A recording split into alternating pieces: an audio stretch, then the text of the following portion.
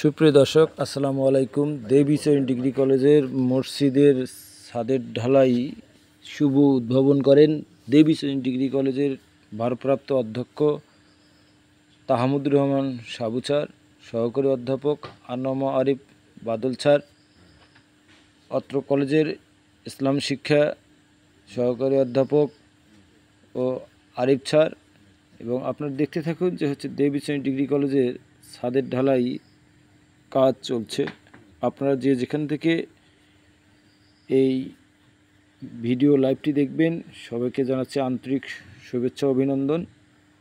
এবং দেবী চৈন ডিগ্রি কলেজের পক্ষ থেকে সবাইকে মিষ্টি খাওয়া হচ্ছে।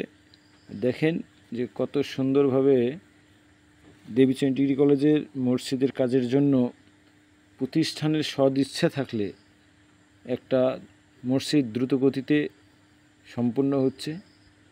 সবাইকে মিষ্টি খাওয়াচ্ছে।